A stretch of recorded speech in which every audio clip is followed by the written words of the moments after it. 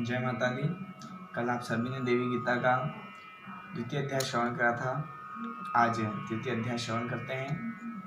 पराम्बिका माँ भुवनेश्वरी कहना प्रारंभ करती है कि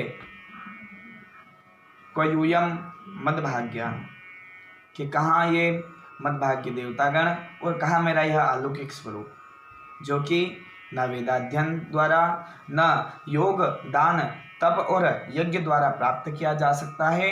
और हे राजेंद्र, यह मेरा अलौकिक स्वरूप है जो मैंने तुम्हें दृश्य दिखलाया है। यह विराट रूप बड़ा ही अलौकिक है। हे राजेंद्र, अब मैं तुम्हें ब्रह्म विद्या के विषय में बताता हूँ कि यह बड़ी अद्भुत है और परमात्मा की उपाधि से जीव संज्ञा को प्राप्त इसी के द्वारा करता है। धर्माधर्म और शुभाशुभ लक्षणों का ज्ञान करते हुए वह शरीर को प्राप्त करता है और शरीर के द्वारा वह नाना प्रकार के कर्मों को करता हुआ नाना प्रकार की योनियों को वह प्राप्त करता है। और इन्हीं के अंदर अपने कर्मों के द्वारा वह करता हुआ बारंबार अज्ञानवश बारंबार दुर् कार्यों को करता है और उसके द्वारा वह पुनः नीचे की योनियों को वह प्राप्त होता है। और जो वेदादि के कुर्वन्नेवः कर्माणि इत्यादि वाक्यों का मनन करता हुआ मन में विचार करता है, तब वह कर्म का त्याग करते हुए ज्ञान को वह प्राप्त करता है।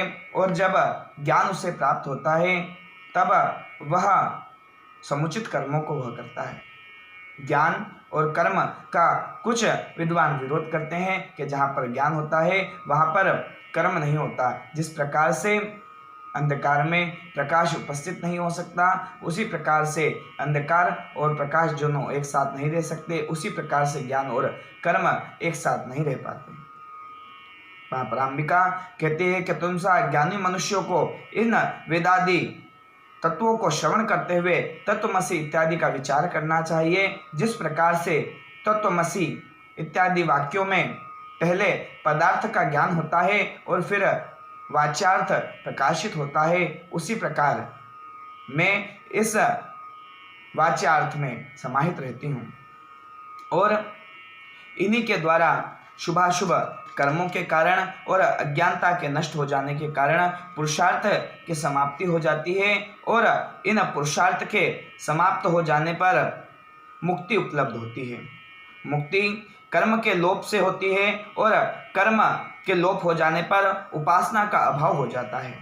उसके द्वारा राग द्वेष अनर्थ उत्पन्न होता है और अतः मनुष्यों को कुर्वन्नेवः कर्माणि इत्यादि वचनों को प्रतिपादित करना चाहिए, उन्हें मनन करना चाहिए और केवल पद पर प्राप्त होने के निमित्त में उसे वह प्राप्त होता है।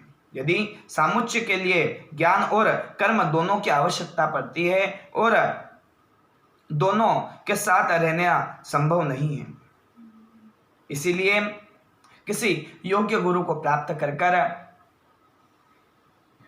शम दम तितिक्षा और वैराग्य के सत्व भाव को उत्पन्न करना चाहिए। और इसलिए गुरु का होना आवश्यक है, क्योंकि गुरु तत्वमसि आदि वाक्यों का चिंतन करवाते हैं और उन्हीं के द्वारा हे पर्वतराज पहले ज्ञान उत्पन्न होता है और पदार्थ का बोध होता है और फिर वाच्यार्थ उत्पन्न होता है और इसी से अद्वैत का बोध हो जाता है। और हे महामुते, इस अद्वैत से शरीर उत्पन्न होता है और अद्वैत भाव से शरीर के भावों को वो प्राप्त करता है। शरीर 5 ज्ञानेन्द्रियां, 5 कर्मेंद्रियां और 5 प्राण तथा मन बुद्धि से युक्त यह पंचीकृत बोध हुआ यह शरीर होता है। और इस शरीर की 3 अवस्थाएं कही गई हैं।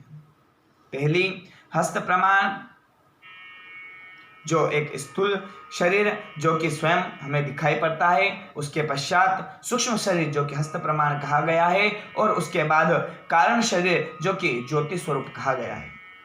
इसके अंदर अपने आप में समाविष्ट करने पर वह पंचकोश का परित्याग कर देने पर वह ब्रह्म विद्या रूप उस ज्योति रूप को परमात्मा में मिलाने पर वह सामुच्य गति को वह प्राप्त करता है और इसी के द्वारा वह सामुच्य मोक्ष फल को वह प्राप्त करता है। यदि कोई विचार करता है कि वह यह शरीर है तो वह शरीर नहीं है, और अगर वह विचार करता है कि वह सूक्ष्म शरीर है तो वह सूक्ष्म शरीर भी संभव नहीं है। और यह जो कारण शरीर है यही जो है वह न जायते म्रियते तत्वादि नान्या भूत्वा न भुवान कचिद अजो नित्यम शाश्वतोहम पुराणो न हन्यते हन्यमाने शरीरे। यह आत्मा न कभी उत्पन्न होता है, न जायते म्रियते तत्वादि,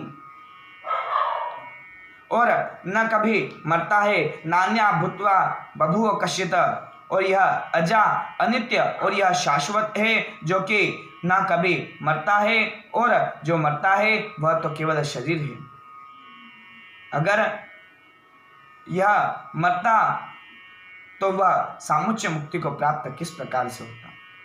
इसीलिए जो सामुच्य पद को प्राप्त करता है वह स्वयं उस परम परमेश्वर भगवती परम्बा के स्वरूप में विलीन हो जाता है। और यह जो आत्मा रूप जो है वह सूक्ष्म शरीर में हृदय की गुह्य गुफाओं के अंदर अणु कैसे भी अणु रूप में वह विद्यमान रहता है, और वही परम सत्ता रूप जीवात्मा उसके अंदर वास करती है। यह शरीर रथ रूपी है और वह जीवा उसका रथी है, और यह जो बुद्धि और मन है वह बुद्धि सारथी कही गई है, और मन को जीवात्मा की लगाम कहा गया है। इसलिए मन पर लगाम कसने को बारंबार कहा जाता है कि जो मन पर लगाम रखता है, मन को अच्छे कार्यों में लगाता है, देवी कार्यों में लगाता है, वह पुनः इस जन्म मरण के बंधन से छूट जाता है और ज्ञानशील संयम चित होकर वह रहता है। जो मनुष्य केवल विवेक बुद्धि से अपने इस मन की लगाम को संभाल कर रखे तो वह वेदादि के कर्मण्येव कर्माणि और तत्वमसि इत्यादि वाक्यों के अर्थों को वह जान पाता है, और इन्हीं के द्वारा वह मेरे स्वरूप को प्राप्त करने के लिए गंभीर चिंतन द्वारा मुझ भगवती को प्राप्त कर सकता है, और योग के द्वारा मैं जानी जा सकती हूँ।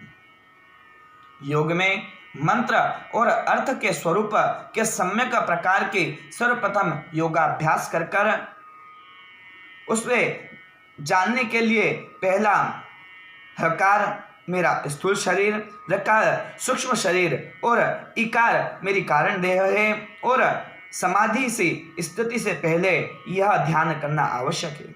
वह किस प्रकार से है? वह जब समाधि होने से पहले जब इस स्थूल शरीर हकार को रकार में तेजस रूप में विलीन कर दिया जाए, और इस तेजस रूप रकार को इकार रूपी ह्रींकार वाचादि ब्रह्म में विलीन कर दिया जाए, तब वह उसे एकत्व भाव को सिद्ध कर कर कर्म रहित और ज्ञान रहित होकर उस समाधि स्थिति से पहले अपने सहस्रार में पर परमेश्वरी परमात्मनि मुझ का ध्यान करते हुए वह शून्यता को प्राप्त करे, और इस शून्यता को वह प्राप्त कर कर वह परम मोक्ष फल को वह प्राप्त करता है। और इस प्रकार देवी गीता का यह तीसरा ज्ञानस्य मोक्ष हेतु तत्व वर्णन नाम का